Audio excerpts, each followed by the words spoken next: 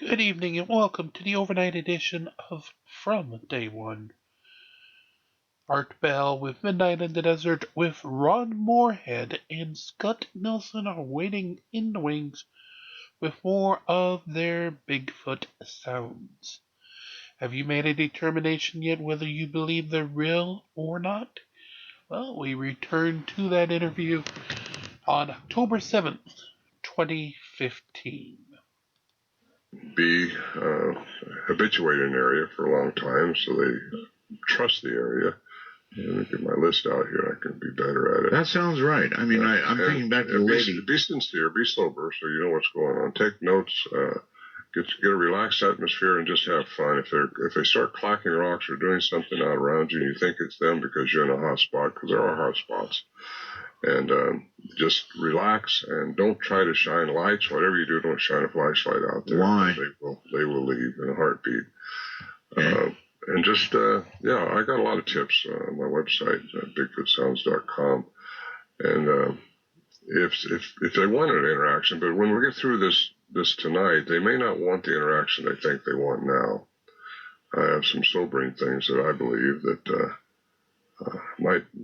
you may not want the interaction. All right, well, here's a question for you, both actually. Mm-hmm. They are so rare. They are so hard to find. They are associated more than not many times with UFO sightings. Do you think, either one of you, that there is a paranormal aspect to them? I've come to believe that there is, yes. Based on all the evidence I've found over 40-some-odd years of researching this, and what I've found in our camp, too. There's been some very strange things happen in our camp besides just these vocalizations. Oh. We've had lights following us around. I've seen a control light come down, which I don't know if it was unidentified to me, but it was controlled, big blue light. Come down close to our camp and just get lost behind the trees. Really? There's been sounds that we don't quite know how to interpret. There was a time when we were in our shelter, we heard what we thought our camp was being torn apart. Metallic sounds like the cans and everything we packed in on our mules were just being tossed around everywhere. We had barrels up there being banged on. When we look out there thinking we're going to see a mess, and nothing's been disturbed. I mean, nothing has changed. And how does that compute? It's either mass hypnosis or you're hearing into another dimension that you don't see. Something, I guess you can call it paranormal, because it certainly wasn't normal. Mm. And there's been in the daytime, you hear a big tuning fork sound, like there's a huge spaceship right over your head, but you're not seeing anything, but you hear it. And it's just things like that happen. We've heard clicking noises we don't know what to make of. Right. That follow us around. And I think there's something different going on with these things, and I've got my ideas. But, I've been all over the world studying these things, down in Peru mostly, and that's where it really put me over the edge, because I found some things that are not human down there, and UFOs are commonplace in Central and South America. All right, for Scott. Mm-hmm. Yes. Scott, what is this that in your mind, after all your study, absolutely makes this a language? But what parts of it say this is a language? Well, first off, the Barry Moorhead tapes display virtually every characteristic of human language that there is. The most important being, again, the conversational turns between two creatures, taking turns, speaking to each other back and forth, the repeating of morphemes, or what we might call syllables or minimal words. Right. Between the two of them, exactly the way humans do. Right, I heard it in that first recording without question. Absolutely. Yep. Is that there's just too many characteristics of language evident in the tapes that it's undeniable. It's undeniable anymore. All right. One question for you, Scott, is how do you know these tapes are real? And actually, have you been there when some of them were recorded, or? No. Then how do you know they're real? Well, that's one of the things, that was one of the three conclusions I came to immediately upon hearing it. That's what blew me away so quickly, is that I spent a whole career listening to the human voice on tape, and I had been trained in every method of deception possible. Right. I was a Russian analyst, so and the Russians were the best during the Cold War. The Russians were the best, and I was trained in every deceptive method that the Russians used. And when I first heard these, my first impression was that even the Russians could not have faked these, especially not in 1974. Right. And at the time, I didn't know that they'd already been, analyzed by a sound expert, Dr. Curlin from the University of Wyoming, and he had already proven that the tapes could not have been faked.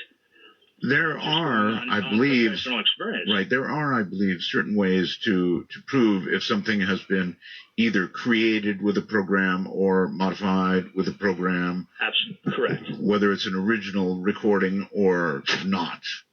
So right. Yeah, I'll buy that. All right, let's move on to number 3. And again, recorded roughly in the same place or what? Same place. Uh-huh. Same place. Right. Number 3. Here we go. I think.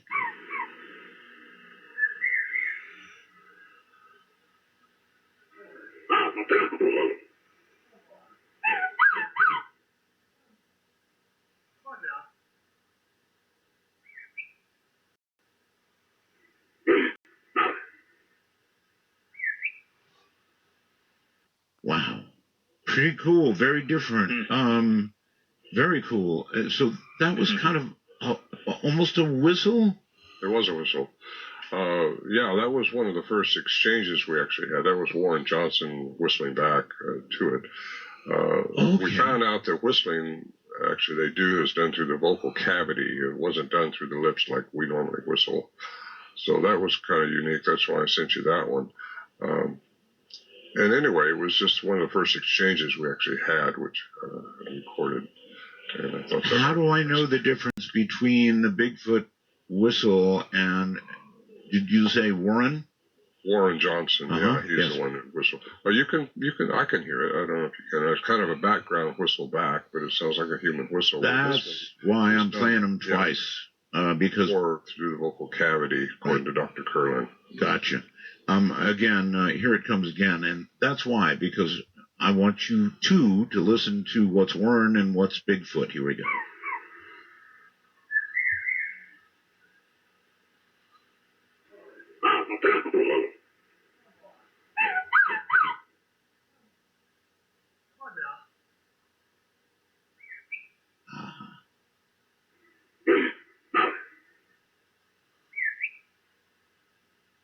Okay, that time I could go Warren, Bigfoot, easily.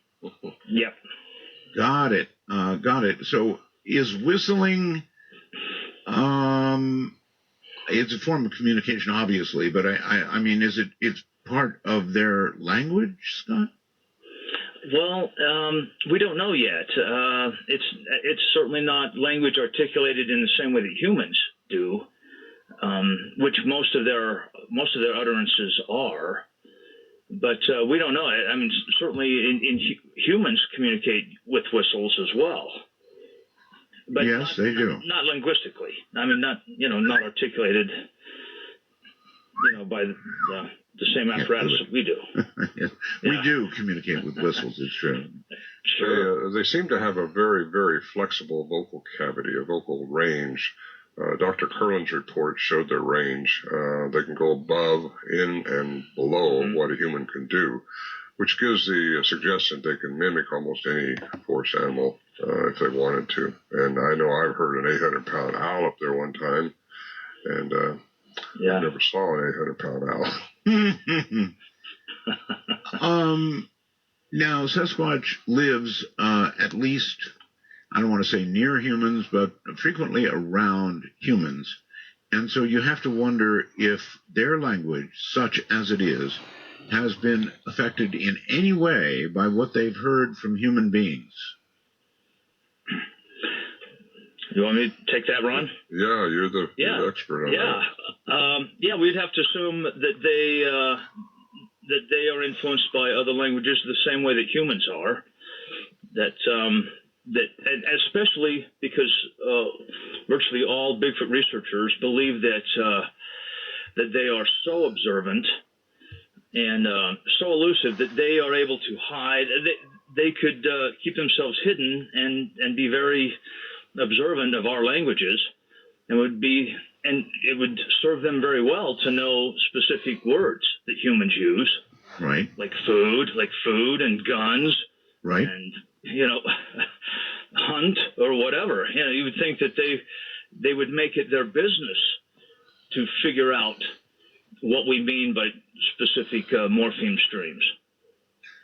Do you think, going back to Ron for a second, Ron, that these are creatures that were here long before man, or do you think these are creatures that have always been? I don't know how to ask a question.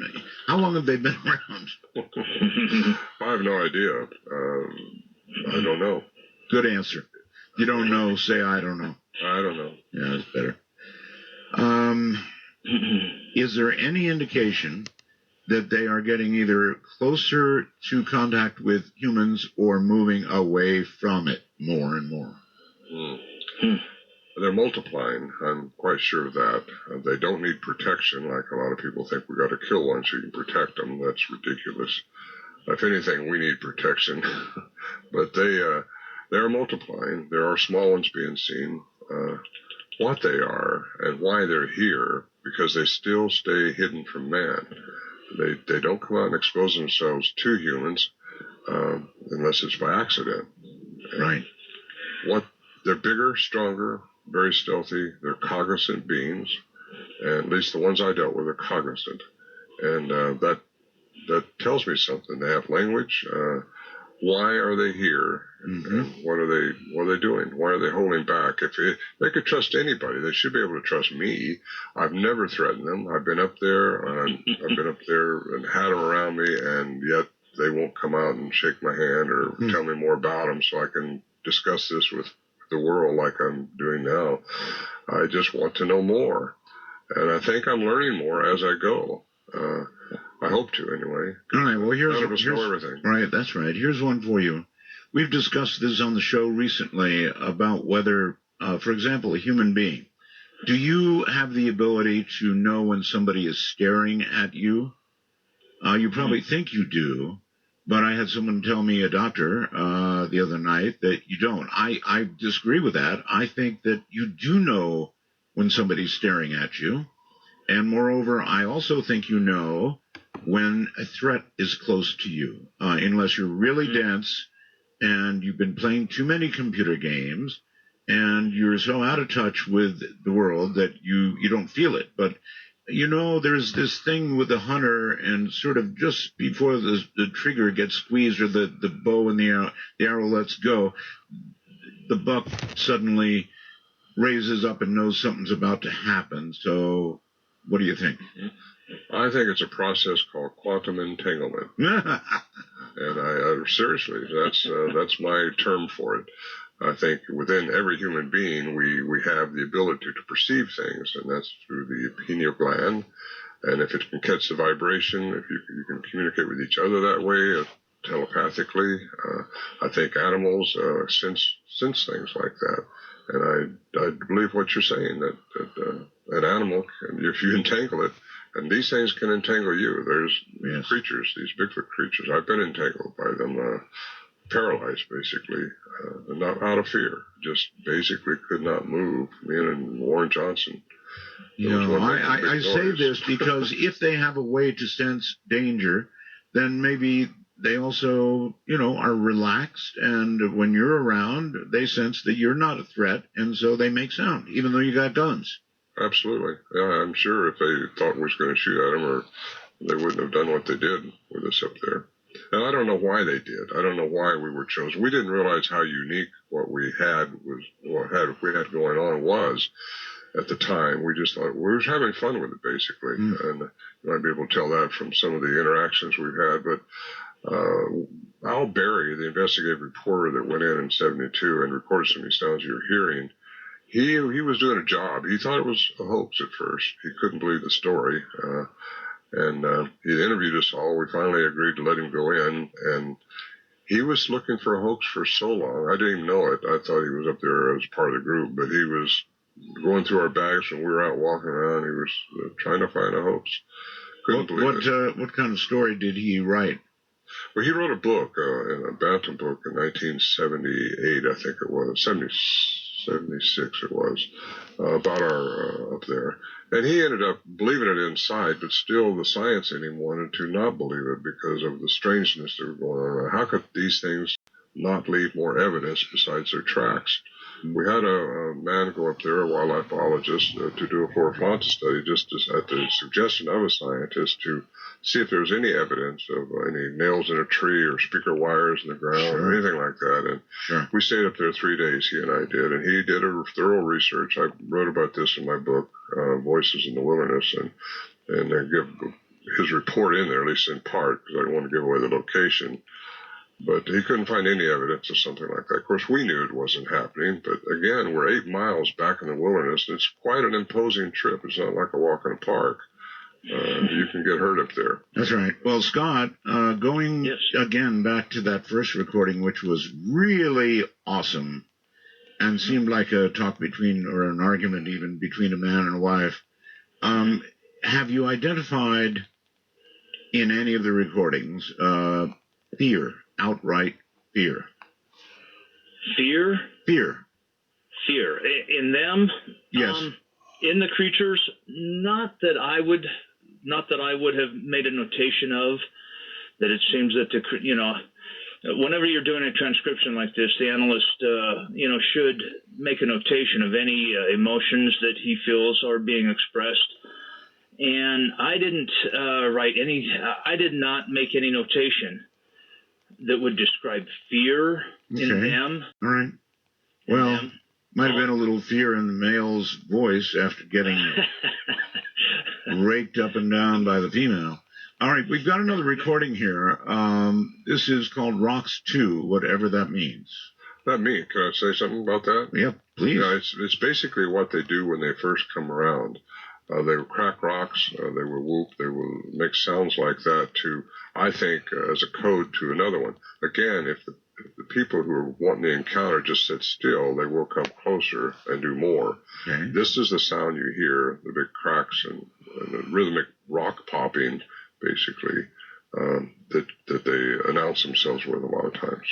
Right. If I hear the sound of cracking rocks, I'm gone real quickly. Because whatever can crack rocks can certainly do something like that to skulls. Here we go. Listen carefully.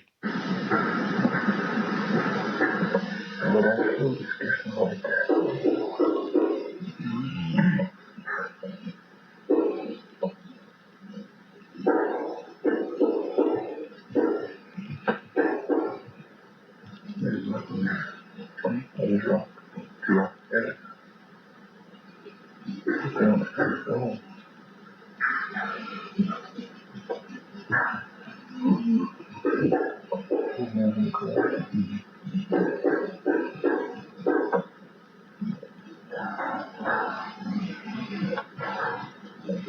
Wow. Actively cracking rocks. Holy moly. I don't know what to say about that. It sounded like big rocks, too. I might say this. The man we took up there, Joe Hauser, who is outside, he's a survivalist, he's a wildlife biologist, very qualified, and he found a batch of rocks over behind a huge outcropping that were not indigenous to the area. It was a pile of rocks, which I had never noticed before. None of us had. And they were brought from the river way down below, 8 miles trek. No one hauls rocks up there, believe me, but they were not from there. And we've often wondered were those rocks that they were pounding together that night. Yeah. Holy moly. I guess, Scott, in that, not a lot for you to decipher, huh? No, unless, that we have to assume that there's some meaning in there's some purpose as to why they would clack the rocks in that way. So there has to be some meaning, but not necessarily linguistic. Well, communicative possibly, but not linguistic. Absolutely. Yes. Right. Yeah. Right. What about you, Ron? Any guesses about what rock cracking might mean? I think it's a code. They're talking to each other or without vocalizations. They're sending messages to each other, because they'll do that also with whooping sounds, that'll be the next one you play probably. Right. But the whooping sounds have different intonations, and they're not meant directed at the humans that are present, I don't believe. And they are meant to some type of a signal to another one. And it isn't until they get past that stage that they start making their sound. Okay, in this rock cracking audio that we have, is it one creature, you believe, cracking these rocks, or is it are we hearing a communication back and forth? Are there two creatures involved? You're hearing two. There was two. There was back and forth. They were from different directions. I recorded that night, and that's the night I actually got to see one. And you'd have one over here and then another one a couple hundred feet away. And they were either hitting rocks or banging wood. Were they covered in fur? Well, it was... The one you saw, I'm sorry. Well, I'd call it hair, but... Hair. It's... I can't tell you that. It was dark. There was a bright moon out, so it's just as you see in the dark figures, you don't know really what they're like. I mean, I couldn't give you a definitive description of what I saw, just that it was very fast. It was moving between the trees. My friend got to see one at a different time that same night. Really? And they were making these sounds, and that's the night that I started interacting with them, because they were so bold. This was one of the first nights, actually, that they ever was this bold while we were outside the shelter. Okay. Very unusual. Yeah, one more time here. But I think it's getting like that.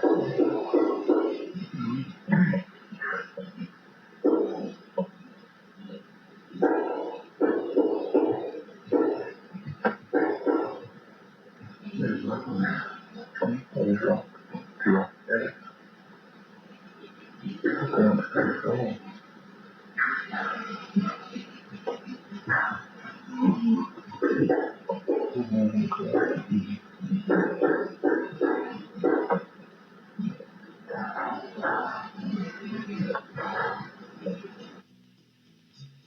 Okay. Two Bigfoot communicating with each other with big rocks. We'll be back with what rocks we have in moment. Alright, Miko's muted for musical bumper. During that portion, we did pull a nice Miracle Eden. So one more, we'll be able to make her 4-star. And we showed just a list of what the top 5 heroes, that was it, I didn't go any further down, need to level up 1 level. There's a directional antenna which effectively shoots down the drones through signal jamming radio interference. The device is scheduled for distribution through Colorado-based company Light Eye and hopes to be sold to governments and airports. A V-shaped UFO has been reported recently as captured on film in Plush, Oregon. According to the eyewitness who was camping at the time, an extremely bright white light appeared in the western sky as if an aircraft with landing lights was flying directly toward the campsite. The witness reports, suddenly, one at a time, bright orange lights dropped out of the area where the first bright light had been.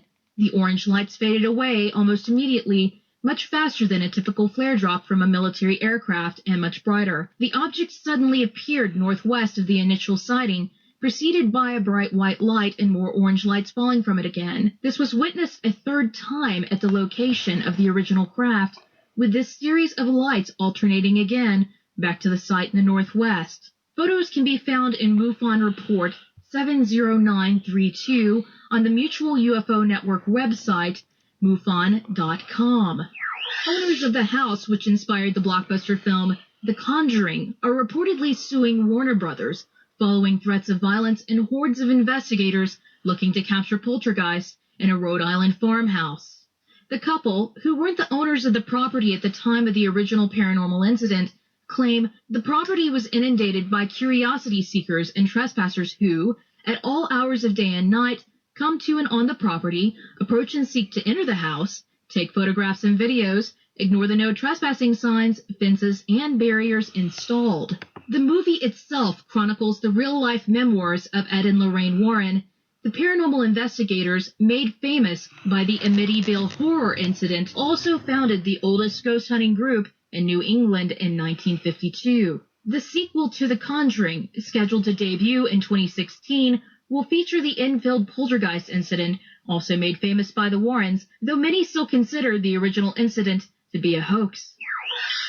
Butt dialing is currently putting a strain on emergency management systems all over the world. According to a study in San Francisco, over 30% of calls placed to the 911 center are indeed accidental. For every accidental call, a dispatcher spends an average of 1 minute and 14 seconds to leave each number a voicemail message. This has been Amy Martin with Dark Matter Network News. Thank you, Amy.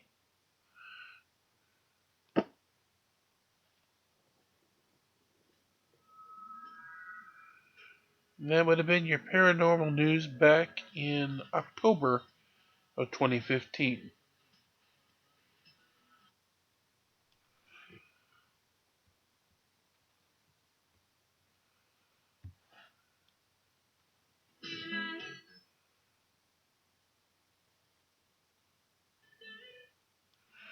By the way, breaking on the newswire from Tokyo at the moment, Sekiwaki Mitayumi defeats Terunofuji and does go on to win the January Basho and will become the newest Ozeki.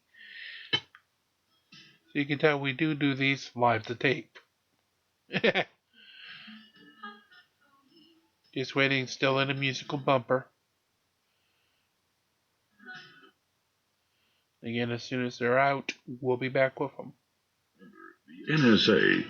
Well, you know, to call the show, please dial 1-952-225-5278. That's 1-952-CALL-ART. Well, all right, I've got two guests, unless you count the recordings, and then that'd be Mr. Foot. I've got Ron Moorhead, who is an investigator, 40 years, more than 40 years now, actually, looking for and recording Bigfoot.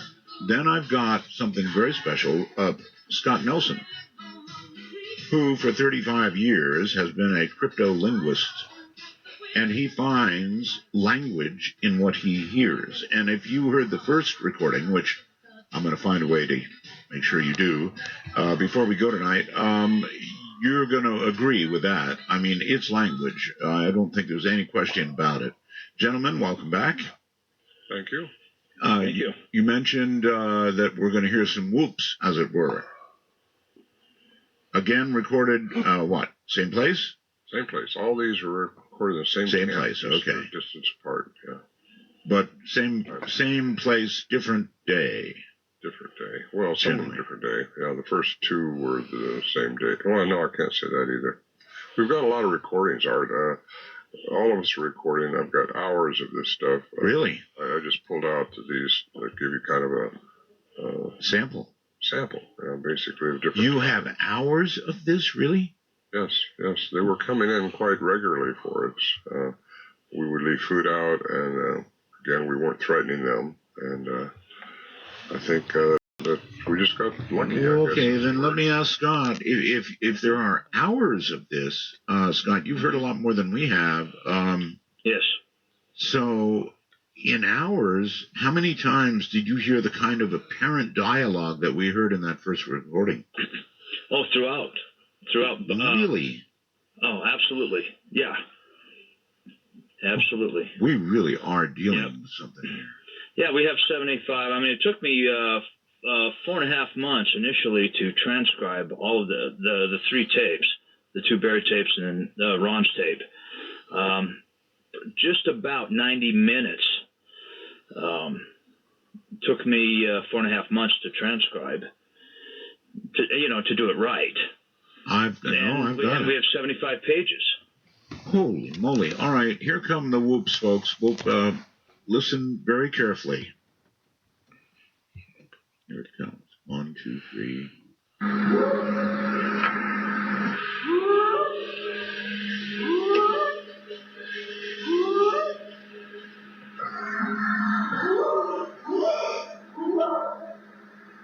Ooh, good one. Is that two separate creatures? I presume, or I think.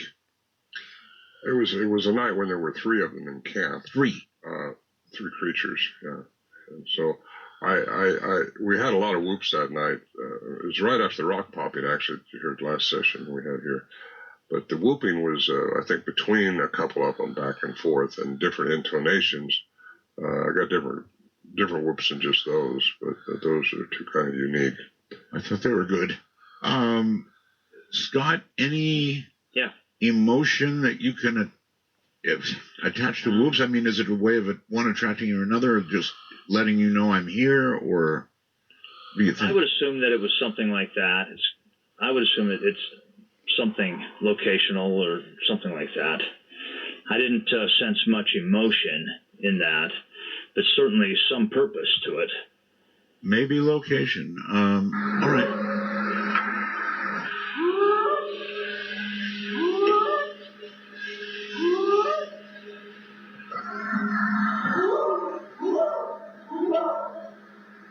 Huh. Almost sounds like sonar blips. It almost does, huh? So it could have been trying to draw us out to the rocks just to see what we're going to do. Because Bill and I, and my friend who was there with me, we just ridden in with our horses and started getting dark when all this started happening. And you had horses with you? Yes. Oh, I'm curious. How did the horses react to these sounds? They were paralyzed, just frozen. They don't scuttle or nothing. They just stand there still. Their ears are pointed right out towards where these sounds are coming from. I bet. But it didn't seem to bother them like bear. When bear come around our camp, which we got a lot of bear up there, they would fuss a lot, but they didn't fuss when these things were around. In fact, when we'd go out, sometimes we'd go out walking in the daytime, just hiking or something, and a horse would leave our horses there, and we'd come back and find some big BigFoot prints around our horses where they came in and examined our horses. I had no idea, Ron, that you had so much more than what we're hearing tonight. I assumed you have hours and hours of it. Wow. Yeah, we do. A lot of it. And a lot of it, actually, Scott don't even have, because it's just not the quality that we gave him the best quality we had. And there was times when they didn't come in close to the mic. It was kind of more of a distance, maybe the mic was pointing one way and they were on the other side of the shelter or something. Right. So these are some of the better quality ones we had. And but yeah, this went on and that's what makes it so interesting, because it went on for not just one or two times. It went on for years. And all right. Now the next thing, we could go on and on about this. But even with the 3-hour show, we're pressed a little because I want to allow callers and stuff like that. So the next one says Vocal Exchange 2. So is this kind of like the first one we heard, only different? No, this is between me and one of the creatures. It's not between two of the creatures. It's one of them trying to get my attention, and I was mocking it, or mimicking it, I should say. Or it was mimicking me. I'm not sure which way it was going. You'll hear it. So that is a successful tactic in trying to get them going, is to make noise yourself? Well, no, they were I think intentionally trying to attract me, and I yelled at them, and basically they came back at me with a yell of their own, and I tried to mimic that. You were fairly sure it wasn't a mating call, right? I wasn't thinking about it at the time, or I might not have done what I did. But it was an exciting night, I'll tell you that. All right, Vocal Exchange 2, here it comes. I think.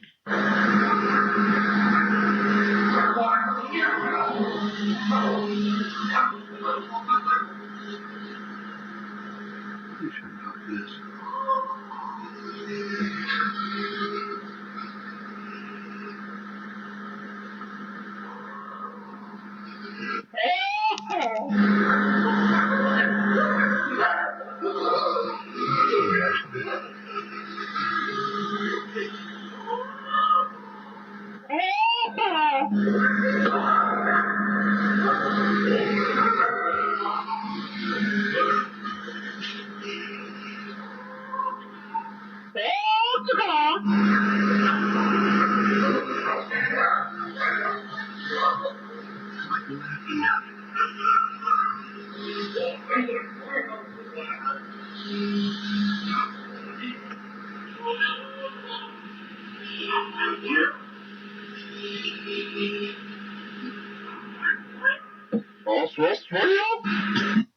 Yikes. For a good time, come to the fifth tree over the hill.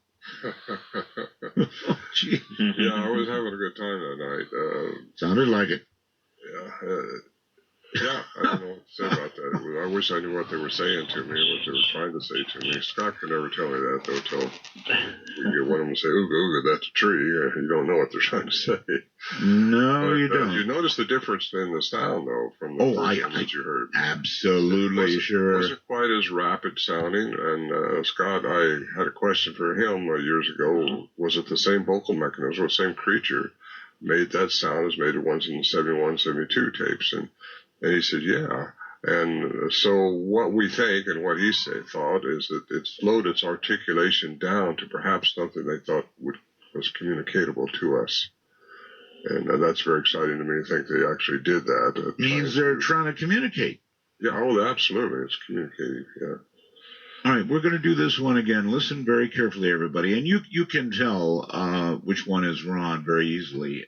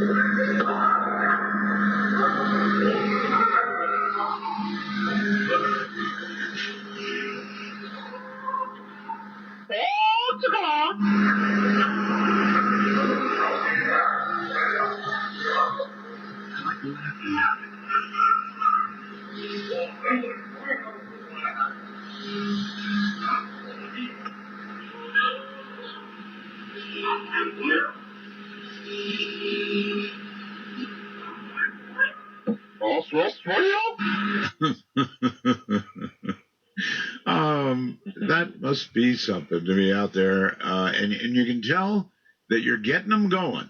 Mm-hmm. There's no question about that. I mean, it worked. So the whole night has quite a story behind it. Again, I write about that in my book, but they knew who we were. They evidently saw us come in at the bottom when we packed our animals to head up there, and they knew where we were going. We found a huge track on the trail after our animals had got spooked. We wasn't sure what it was. Could have been a bear, could have been a deer, could have been anything, but we saw this big track sometime later perpendicular to the trail. Right. So we thought, well, okay, they're still around. It's fresh. No one else has been on the trail at all. And after so far, you don't leave a trail. You go different ways, so we didn't leave a trail. But when we got to camp, it soon started getting dark, so we started hearing the rocks going together and the whooping, and then the interaction just heard and some more besides that. But we found a huge track in front of our shelter the next morning, actually. We knew it was made before we got there because Bill's dust cover off his rifle had fell into the track and it hadn't been crushed down. It was just tilted up on the track. So that track was made before we got there. But that's not the end of the story. Earlier that year, we had re-roofed the shelter with some fresh plastic, cut some with a machete, cut some vines off over at the spring, some alders, put it up on top of the shelter. They were pretty dried up by the time this came around, and it was next morning we found two fresh alders been twisted off the spring and laid up there. Mm-hmm. And these we found where they were actually twisted off. They were 1.5 inches round. No human could do that, but it took an opposable thumb to make that happen. What strength they got to have. But that's kind of like they knew we were coming, where we were going, and that's sentiency. Yes. Pretty smart. Why? They were happy to see us. Right. Everybody always asks, and I'm getting messages on my computer called the Wormhole, why no bones? Why no bones? Why no remains? Are they, do they live forever or what? Well, the native lore is that they take care of their own. If they're like a people, like I think they are, they probably bury their own, assuming they die. We don't find bones of a lot of animals. If anything lays around in the woods very long, it gets consumed. Nature takes care of itself. So it's not so unusual to not find bones. Okay. Somebody else said, well, you saw one, and they asked, can you describe in any way the face of the creature? No, I can't. It was just fast. I remember that. It was just extremely fast. No human could go through the woods that fast. Right. It was a bright moonlit night. By the time it got dusk and started getting dark, it really wasn't dark. You could read a newspaper at 8,400 feet in those mountains. And it was so bright, the moon was. That's why we got just looks of them bouncing between the trees. I sure don't know any animal that makes a sound like we've been hearing. No. Well, no, just a Bigfoot. And I'm not sure all Bigfoots talk. And humans. Well, I don't know about humans. Some of those sounds I would not ascribe to a human. Yeah, right. Certainly not that first one we played. That was incredible. All right, we have one more new sound to play, and I think time to play it. Yes. So let's do that. You want to say anything about this, or should I just... Well, I think this is a question that they're asking me, and I don't know what they're saying, but it just sounds, the intonation is like they want me to say something to them. And I call it the question. They call it question because it's just, it's always puzzled me as what they were asking me, and I don't know what it was, and I thought it was kind of unique, so I gave it to you. All right, here it comes.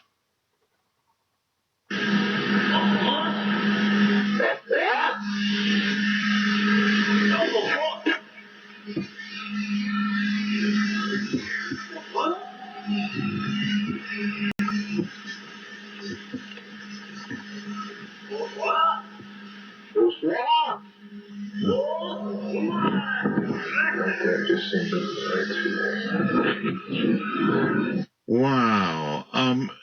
Yes. You could almost hear almost an inquiry. Maybe one of the sounds you made them respond in that way, trying to ask you a question, huh? I think so. I don't know what, but we were just, again, when they started off that evening, we just ignored them. That's how you get them to come in.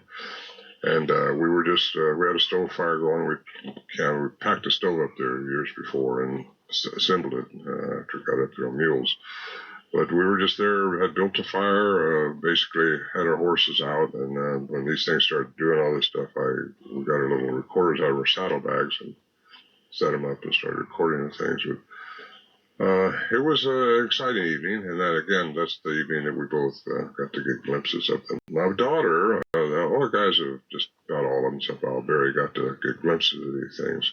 My daughter has seen some of them really clearly, and she described it as a 7-foot tall, slender male, and just broad shoulders. But when it turned, it doesn't turn it turns its whole body. They don't seem like they have a neck. They got to have a neck, but they don't turn their neck. Did she get close enough to see a face? Yeah. She described it. She looked like just a big black basketball player. Really? They have a very human-like face from all the reports. I've been interviewing people now for all these years. And right. They have a very human-like expressions on their face. And, I have reason to believe that they are part human. And, okay. I don't know about the language thing, if they all have language or not. But I think they're... Well, the ones you've been around certainly seem to. These have language. You know that. All right. Well, the nature of language would say that if that species wide, if one clan has language, it would essentially be species wide. Huh. Okay. All right, gentlemen, hold tight. Here we go. One more time.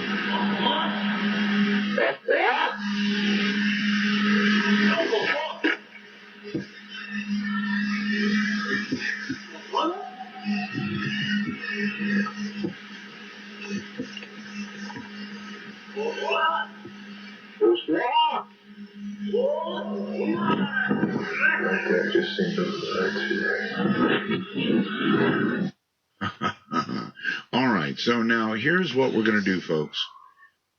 We have two experts with us, one an investigator, the other a linguist, a crypto linguist at that, and a lot of experience with Bigfoot between them. So if you have questions about what you've heard, by all means, I'm going to open up the lines.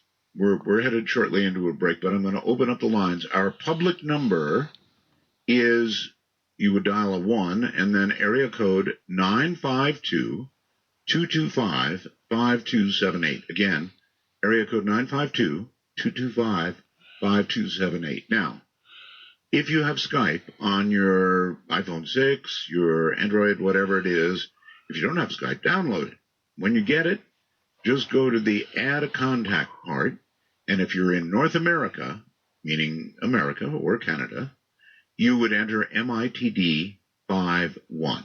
That's MITD as in midnight in the desert, MITD 51. Then we'll be on your contact list.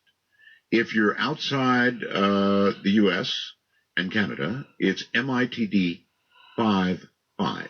So with all of that information down, knowing we're ready to take calls, I invite you to pick up the phone and ask whatever you would like. But these are the clearest, wildest Bigfoot sounds I've ever heard in my life.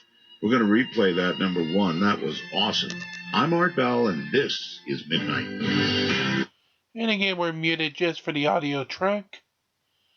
Once the audio track does complete, we will return, and it sounds like we're going to get some open line calls for these two.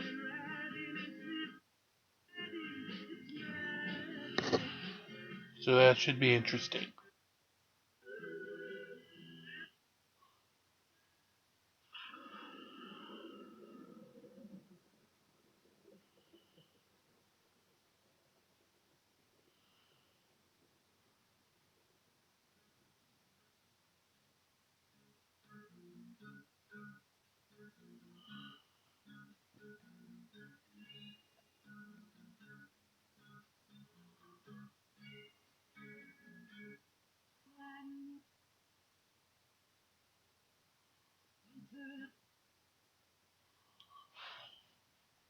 Can't find any of the items. Starting to tick me off.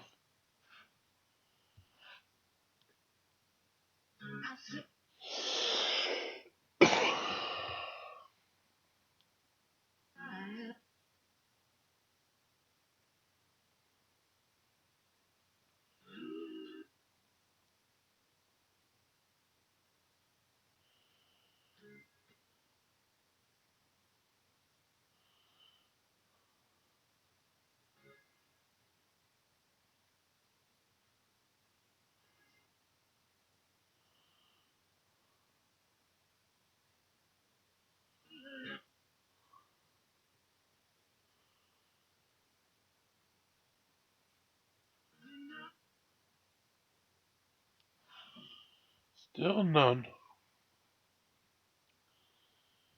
The only ones we've got is through the raid system so far.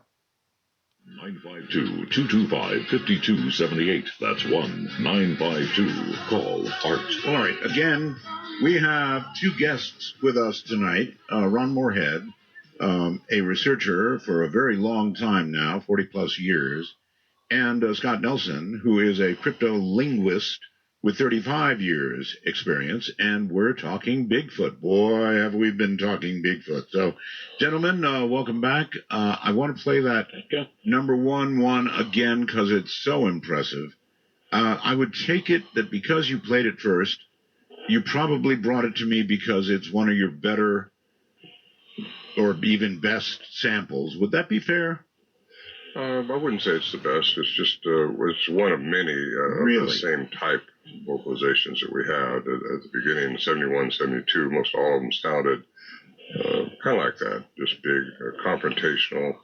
And you heard the whistle later on, and that was less, and that was interaction, and that was in 72. Well, let me rephrase. The best I've heard tonight. How about that? Oh, yeah. Okay, we'll go with that one. All right. I should have given you more like this, I guess. I guess you should have. This was so impressive. Listen carefully, folks.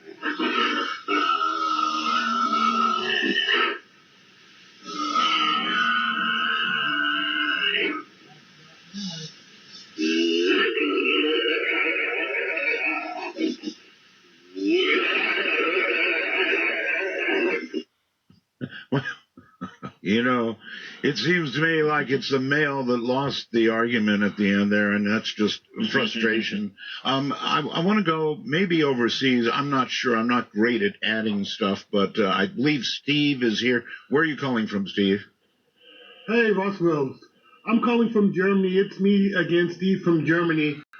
You had a guy on about 2 weeks ago about Bigfoot, and I asked a question he couldn't answer, so I thought I'd ask these guys. It's about a Bigfoot that was captured named Daisy from the team Qantas. Is this a true story or is this just fabrication? Okay. I don't believe I've ever heard of that. What'd you call him? What was his name? Well, Steve is the fellow who's calling in. I'm sorry. Did it have a name? He's apparently gone now, so he was depending on you for an answer. Steve, you're not still there, are you? No, I don't think so.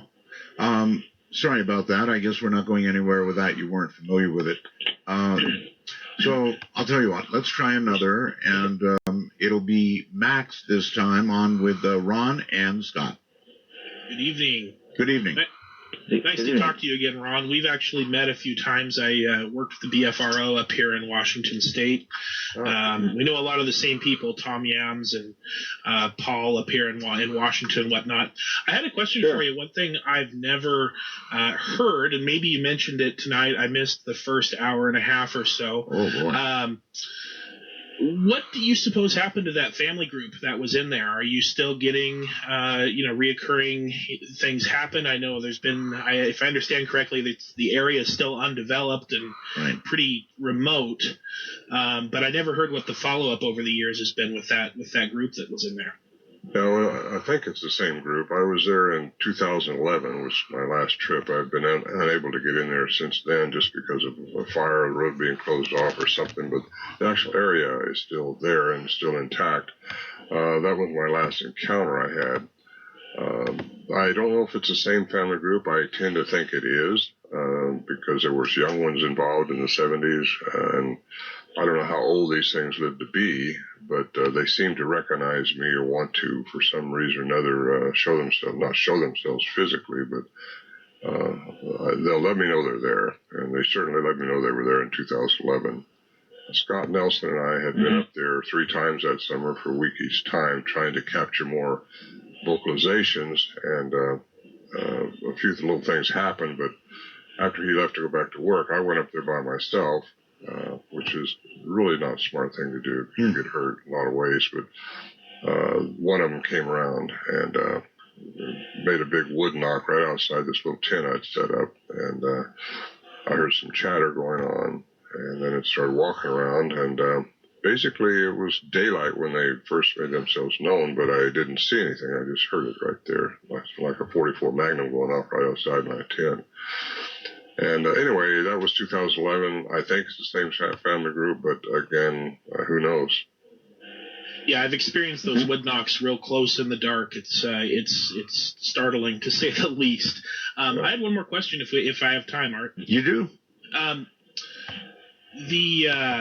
Oh, no, I forgot what it was. I saw on Facebook here that you might be doing a couple shows, some Bigfoot conventions and whatnot in the next year. I was wondering if there's anything you wanted to talk about there. And then I had an opportunity to sit down with Bob Gimlin a few years ago, and when you talked to Bob, of course, he was the other half of the Patterson footage. Bob was there with Roger when they got that footage there. When you talk to Bob, he's kind of iffy as to whether or not that encounter was something he wished had happened in his life. He's had a lot of negativity come of the publicity and whatnot. Of course, he's made up for it in recent years, but overall, he kind of has said that he wished if he had it all over to do again that it didn't happen to him just because of that. How do you feel? If you had it to do all over again, would if you have done the recordings and brought them forward and all of that, or do you wish you'd kind of kept it to yourself? And thank you. No, Sure. Thanks for the question, but no, I would do just what I'm doing.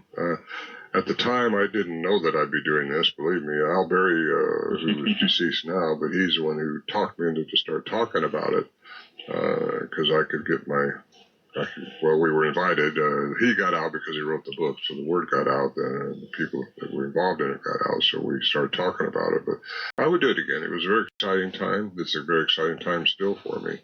Mm-hmm. I've traveled, as you know, all over the world researching this phenomenon, and it's something I think we need to know. I need to know more, but I think I've got some ideas that are very compelling. It's really good that you came on this particular show because we've got spectacular audio, so people can hear this, particularly with headphones, in super fidelity. And so I'm glad you came here.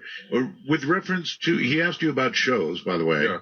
Well, Scott Nelson and I just did a show this last weekend in Oklahoma, and that Killing Bigfoot cast was there to talk, basically, of filming. And it was a packed out place. It was really a good program. I'm on your program tonight, so that's good.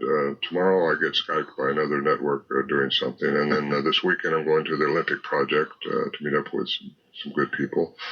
And I have, in November, I've got the Sasquatch Summit, which is held here in Washington. I'm sure you know about that, Max. And we'll have a good time there. Scott Nelson's going to be with me there, and he adds a lot to my program I do.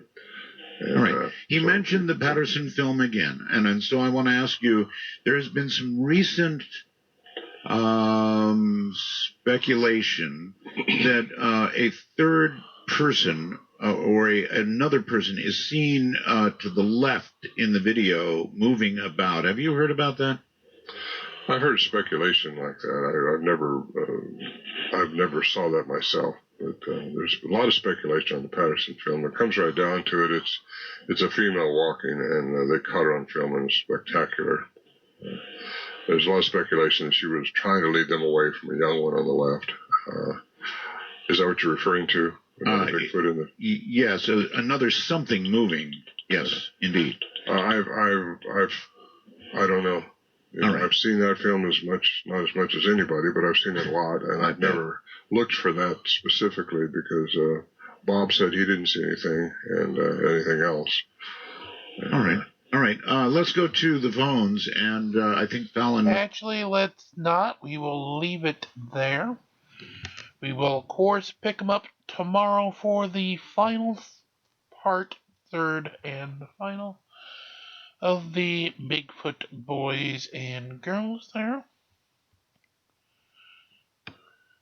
Have you made your conclusion yet as to whether or not the individual known as Bigfoot actually exists or not?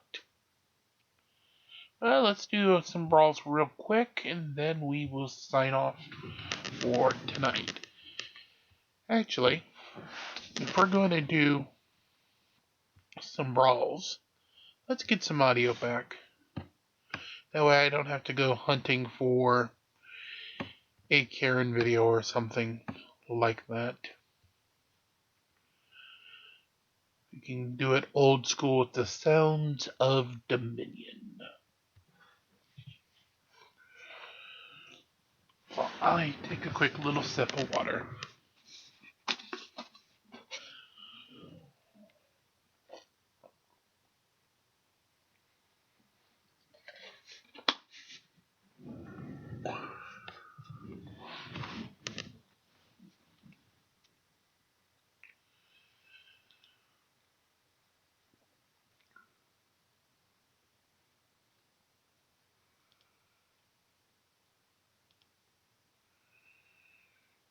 And of course, that is if Nexters wants to play nice, which is weird because it's been playing nice all hour long.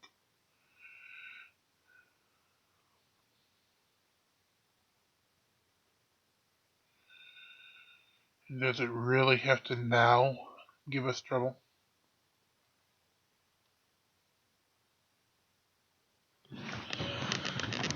Well, I guess in Nexter's eyes, yes. Yes, it does.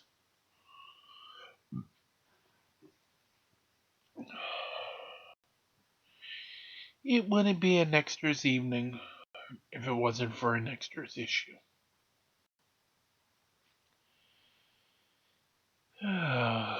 Lovely Nexters. We love you, but we hate you, but we love you again.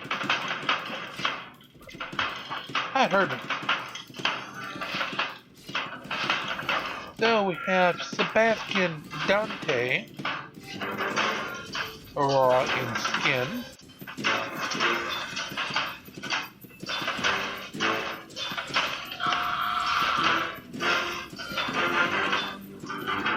Still fighting 5-on-5 at this point. Uh-oh. Lost our mid-crew. And it's now 2 plays... Well, 2 plays 1. I was going to say it was 2 plays 4, but... You go, Lilith. Oh, we lost our Lilith. This is not good. Danger, Will Robinson. Danger!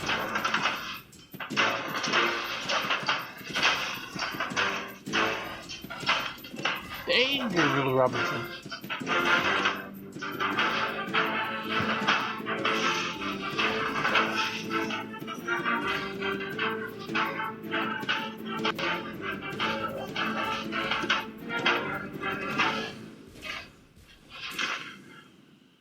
And see Danger Will Robinson as we lose.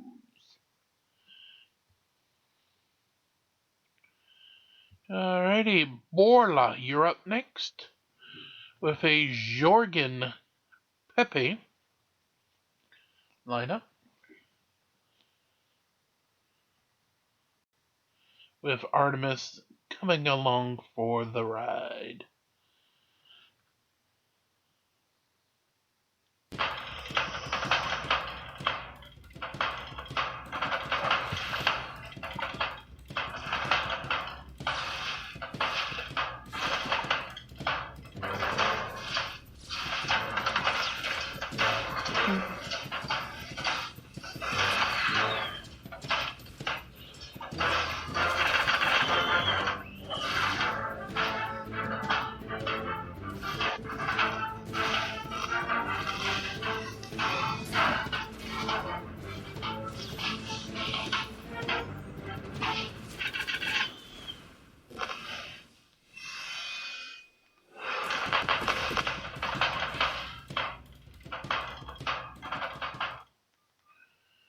And, man, we're getting our ass handed to us tonight.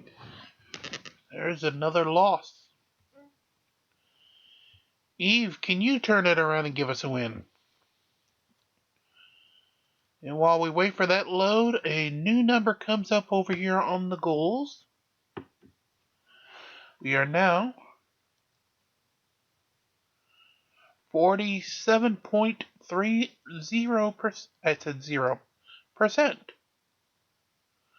To go for Boxy over at Nexters.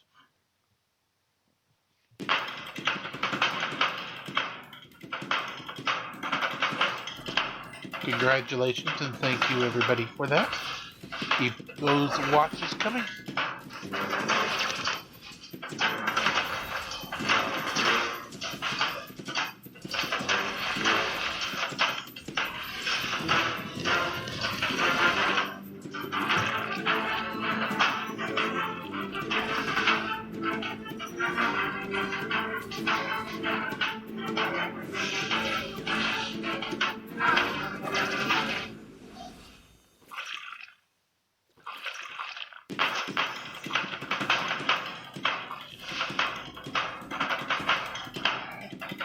we have a win. Sorry, Fenris.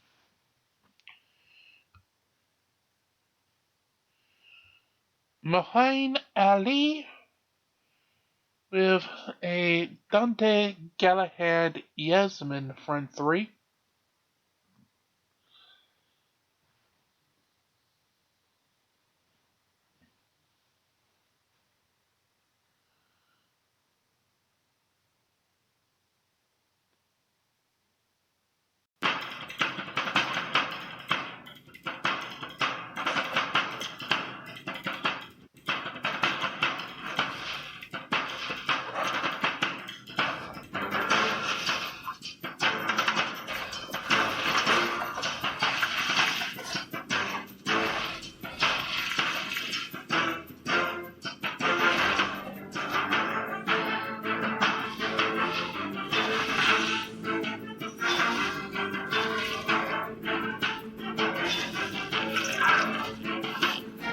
And it's 5 plays 4 at the moment. 5 plays 3. Now plays 2. Do I hear 1? Do I hear 5 playing 1? Not quite yet.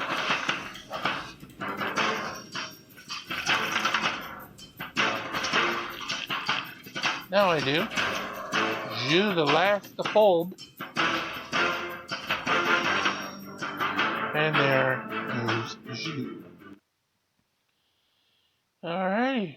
We'll go until we lose our 2 lives, and then we'll call it a session.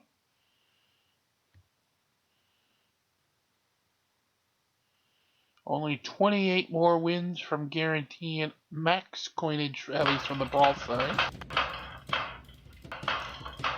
Then we come up with a Phobos, Maya, Jasmine, and Astaroth pairing with Phobos. Up against our current lineup of Celeste, Karth, Astaroth, Iris.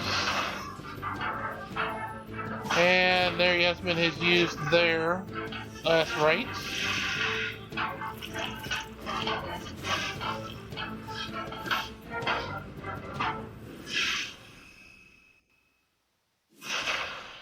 It is 5 plays 3 at the moment. Now plays 2. Sorry, now plays 3, my apologies. Now 4 plays 3. 4 plays 2. And win. 100 coins, 1,000 gold. I really don't like the look of OG. So let's go with team 134 and change. And really? Yeah, it is. It's 5. Alrighty, I guess that's gonna call an end to the day as Dominion dawns that forces us to dawn. Of course, make sure you do like, share, and subscribe. Get us to those goals again of 5,000 views over at Boxy, so that way Nexters will pay attention. And 1,000 subscribers, so YouTube does. Again, once they do those goals, they'll start sending us items for the videos, and we'll send them to you, our guests and watchers. And as always, I'm not going to bore you with the Coinbase items that's below if you wish to follow and get those items for you. Till then, it is a great new day to release the Krakens. Again, like, share, and subscribe, and we'll see each other tomorrow from day 1.